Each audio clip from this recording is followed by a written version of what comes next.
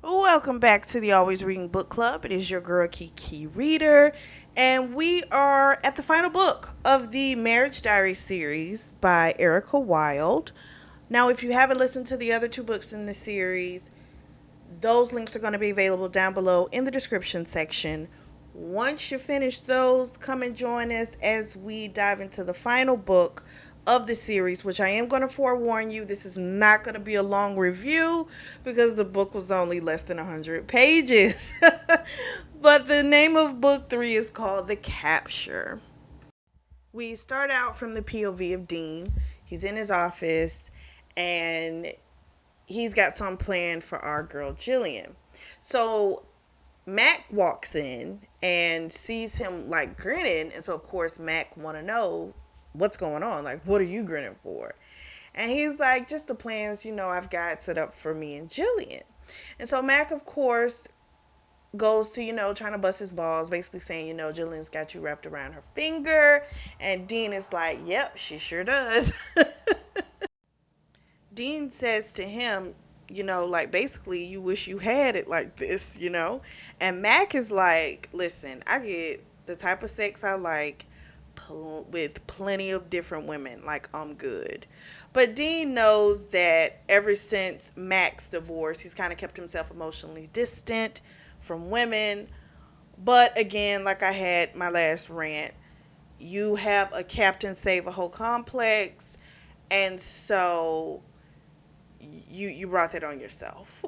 So anyway, he wants to know what he has planned. And so he, of course, doesn't give him a lot of details at all. He just says, you know, we're going to be gone from Friday to Monday. And I'm going to need you to be on call. And Dean's like, okay, again, like, well, where are you going? So he says he's taking her to a place called Eden. It is apparently off the coast of Florida near the Bermuda Triangle. Now, everything I've ever heard when it comes to the Bermuda Triangle was one of very ominous, like, people disappearing and stuff like that. So I was just kind of like, there's a resort near there? Like, oh my gosh.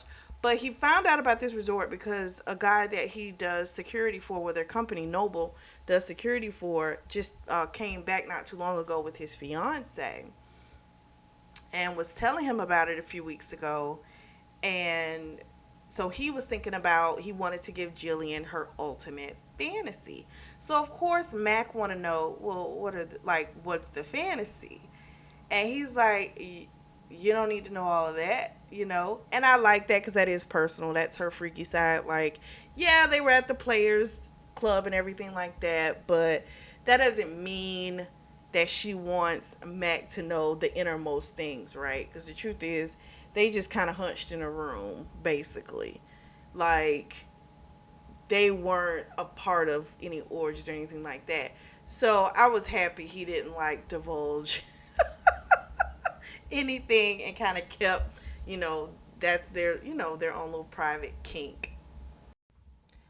The thing with that too, also, especially with how Dean, his fantasy, I know he eventually had to kind of change that shit because he realized he couldn't take it, but his fantasy was about someone wanting what he had, right? Clearly childhood stuff, right? But anyway, I digress. So that's why I would have thought he might have still, there's a possibility he still could have said something to Mac because they are close. So again, that's, it made me even happier, being that I know deep down he wants men to be jealous of what he has with Jillian.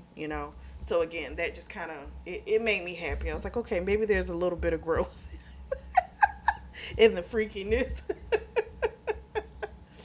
So Mac was just like, all right, just, make sure you don't get stuck down there.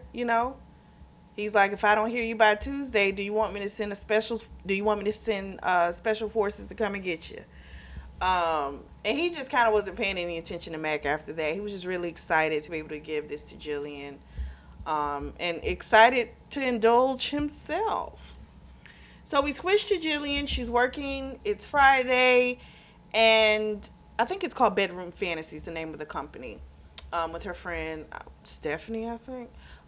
So a package comes for her, and it only has her name on it. It doesn't have a return address or anything. So Jillian is kind of skeptical, but she opens it up, and it has Dean's company logo, Noble and Associates, and so she knows it's from him.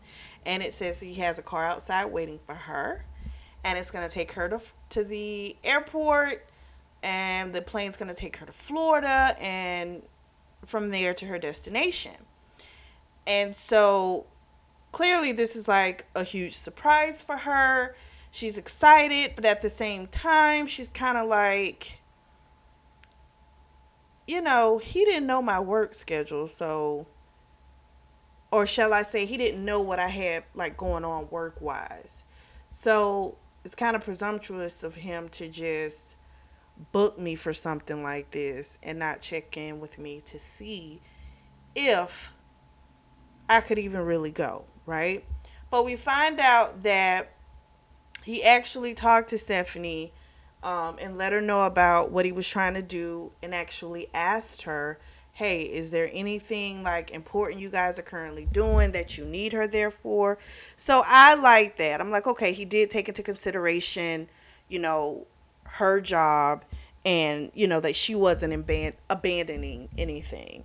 And Stephanie told him, oh no, anything that needs to be handled, I can do it. She is free to go. We also find out they've been, we're not going to say disconnected, but they haven't been able to spend as much time together, especially doing their kinky play stuff, because he's exhausted. Because you got to think, he's still trying to get deals. He's still, trying to have the biggest business in the world, okay?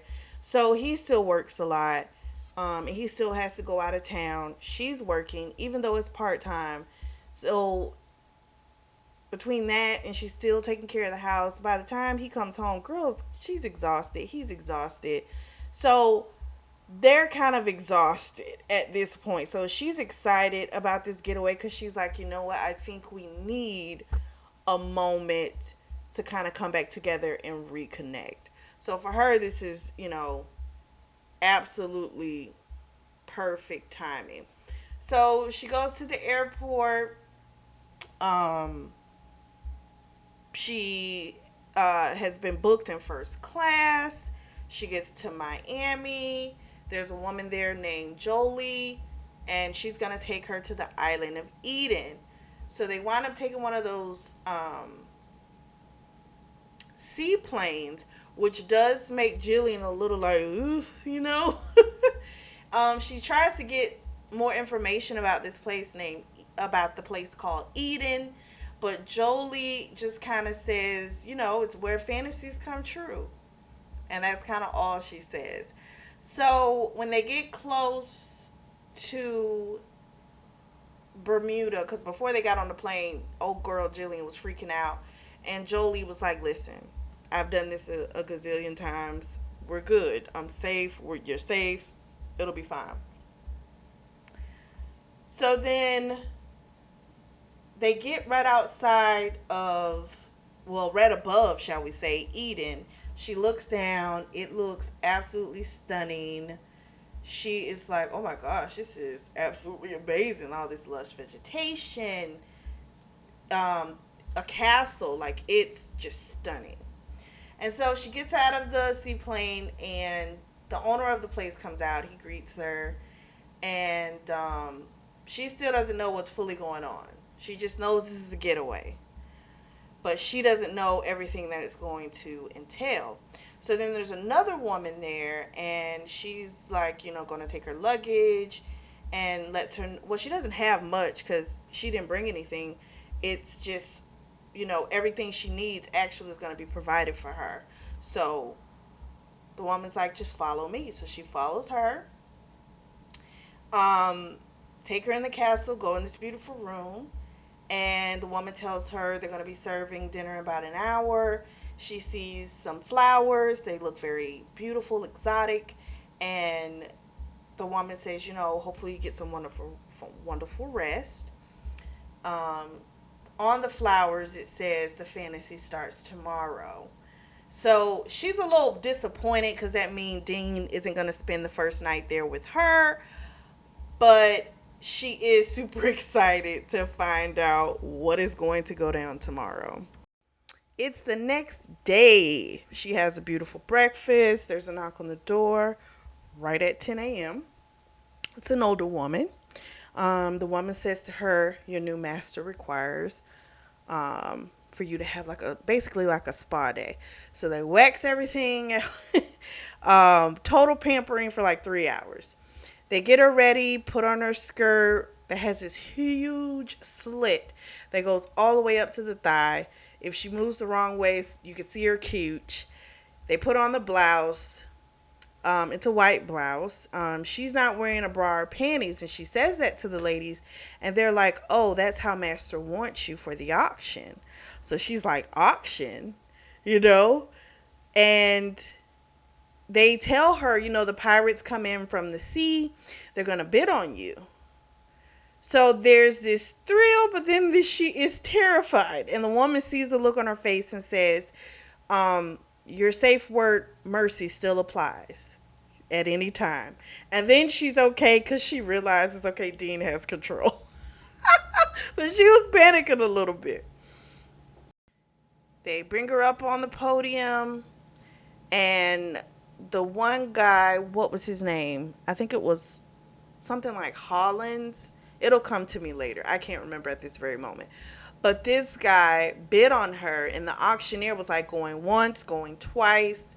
And right before he said going, three or sold, Blackheart says, "I'll double whatever that guy is paying or anyone else in here would pay." So the guy's super pissed because he's like, "I was about to like get the bid. And the guy, Blackheart says it wasn't final. So the guy acted like he wanted to do something, but he didn't. So then Blackheart comes on stage and he fingers and kisses her on stage. And they can't see anything because of the skirt that she has on. But because she's trying to not be just straight submissive, she bites him on the lip. And yes, this is Dean. I was kind of, okay, two things. I was kind of glad they went ahead and told me it was Dean. But then at the same time, I was like, yeah, I think it was best. Because you know what? If they had waited too long, it might have freaked me out again. He says to her, "Oh, I like him spirited." And then he tells her he's been at sea for months and he needs to bury himself in some nice sweet heat. Um, so then he, of course, because she's trying to do the little fighting back, it's not working. He's like, "Enough of this." He lets her know we're not going to be exhibitionists. Like, he's not finna, like, F her in front of these people. So because her nerves were a little wrecked, because there's still, you got to think, it's a bunch of people in there, like bidding and that were bidding and stuff like that. So there's a lot of people around. But I guess, there's a difference, especially when all eyes are on you. Like when they were at the Players Club, you got to think they were just walking around. People were doing their own thing. But she was the center of attention because she was the person being bid on. So, you know that's going to give you a little bit more nervousness, I would think. Blackheart grabs her and takes her through what seems like a forest, opens the door, and there's this huge bed. There's no windows. There's this St. Andrew cross thing. And again, she's like, "I can't make this easy on him." So when he tells her to take off all of her clothes, when he moves, she bucks out and hauls ass. And he, of course, catches her. And he's like, "Oh, now you got to pay." So now he tells her he wants her complete submission. And he says, what did he say to her? He said something else, so I can't remember. But he makes it back to the room, makes her strip except for the boots. He puts nipple clamps on her. Um, because he was like sucking her tits because they were already hard because she was already horny. Um, but he's not going to let her come. He flogged her. She finds out she loves it. Almost made her go over the edge. The nipple clamps have rubies at the on the like hanging from them, and so that makes them pull even more. So the sensation is even more so, um, like that painful erotic feeling. I guess is how it's described. And so he tells her this is all about his pleasure, not yours. She's soaking wet. To the point that it's dripping down her legs. She's so wet. So he slams into her. Sure enough, he comes. Um,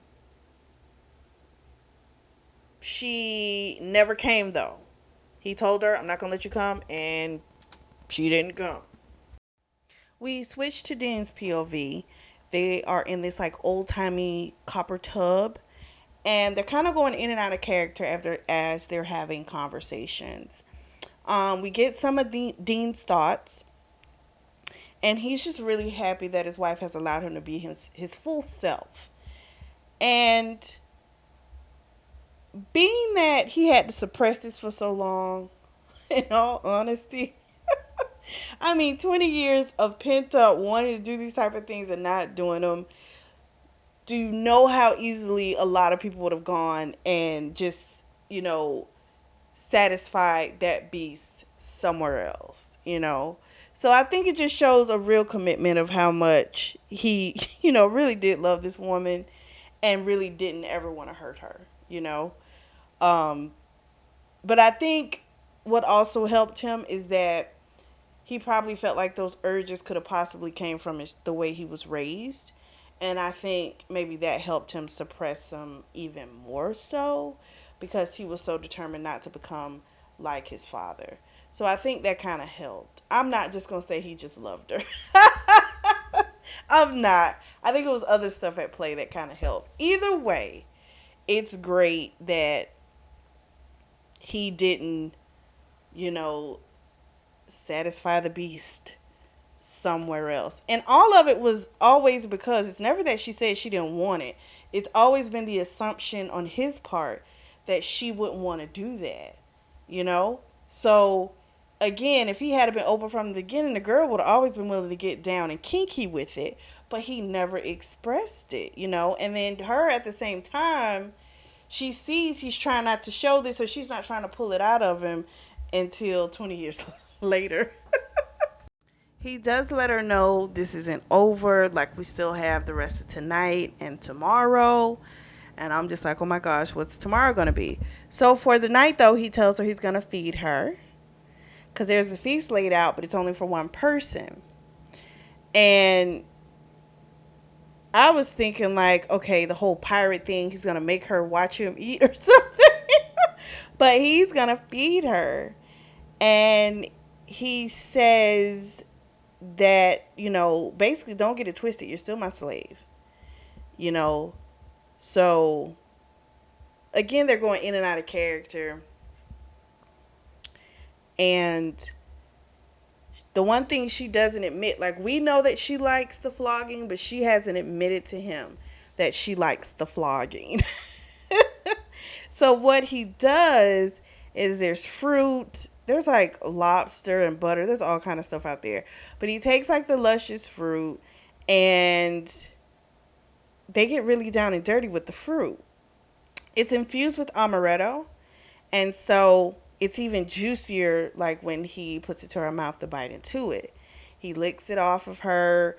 He even rubs some on her cooch, which to me was a little scary since it's like infused with amaretto alcohol. He tells her, I'm going to enjoy eating your pussy later. I'm like, well, all right. So he has her suck on the fruit. And then he tells her he wants her to suck him off. So he puts some fruit and some chocolate on his dick. She sucks, eats it off. She starts giving him head. He's about to come, but he stops himself because he doesn't want to give her some pleasure. So they 69 and He comes again. She finally came, and it was just absolutely magnificent. Next day, she wakes up to him eating her pussy. That is an absolutely beautiful way to wake up. They made love. It was really nice. It was just nice for them to be able to spend time together, um, because they have been missing that with their schedule. So this was just really nice for them. So today is all about enjoying that time that they have left. They want to discover a little bit of the island. There was a private beach. There's no underwear. That was one of his requests. So it's not just for her, it's for him too. So they go to this private beach. He has a picnic set up. They go skinny dipping. They have a nice lunch. They take a nap in hammocks. Just a really nice, wonderful, relaxing, laid back day. Not concerned about time, just enjoying one another. And this was really great for both of them. So tonight they're going back into character. So she gets dressed. He goes to the dungeon. He gets dressed. And when he comes back, he has a chain. She has a leash. And he says to her, he's back to being, Blackheart. And he wants to make sure everyone knows that she belongs to him. So they get down to a place similar probably to the dungeon. But there's a bunch of sailors, women, and everything around. And the guy Howell, that was his name, the guy who had bid on her, he grabbed her and was like, she needs a new master. And so, of course, a whole duel popped off. But it really kind of gave her a little thrill that this was happening, right? That there was this whole, sword fight going on between Blackheart and Howell. She was turned on. Of course, Blackheart prevailed, and he looked at her because Blackheart is known for, like, the character, okay? Is known for, like, killing people, right? So he asked her, like, okay, you decide his fate. So she just was like, okay, let him live, don't rip his heart out. But she's still on this high from watching this whole ordeal. So then it was kind of like the Players Club vibe here, right? There's orgies going on everywhere. A lot of fucking and sucking going on. So there's a woman named Nicola who had came by them earlier and was just kind of like, is there anything I can help you with? And they were like, no, we're okay. And then she came by again. I think she came by earlier and asked them something. And then this time she came by, asked if there was something else they needed. And Blackheart says, I have everything I need right here. So then she leaves and she just goes over to two other guys. And they start like sucking on her tits. And one starts going underneath her skirt. And before you know it, one's eating her pussy and one's fucking her. So the whole scene is getting really erotic. Blackheart asked her to take her titties out and lick them, and she felt some type of way. And at first she didn't know if she was really ready for this, but then she was like, because there's a room of people here, right? And it's not like no one's going to see. Like, this is actively happening. People are going to see you. It's not like in that room at the Players Club. So she took a deep breath and she decided she wanted to do it. And so sure enough, that's what she did. And so while she's doing that, then a man is watching her. And so Blackheart says to her, do you see the man watching you? And the guy was like, a woman was sucking him off, but he's staring at Jillian. And this made her hot. Not that she wanted the guy, but I guess like the whole exhibitionist type of thing, which made me laugh because he was like, we're not going to be any exhibitionists, but here you are, She's sitting on his lap and licking titties. So I don't know. So it turned her on. It was so erotic to her. And then the Nicola woman, she's still over there. She's getting it on with the guys. She comes super hard. And by that time, Dean's already fucking Jillian, right? So Jillian's facing forward and she's getting fucked. So men are watching her. Her titties are out. This is very erotic, right? And this is very beyond anything she's done.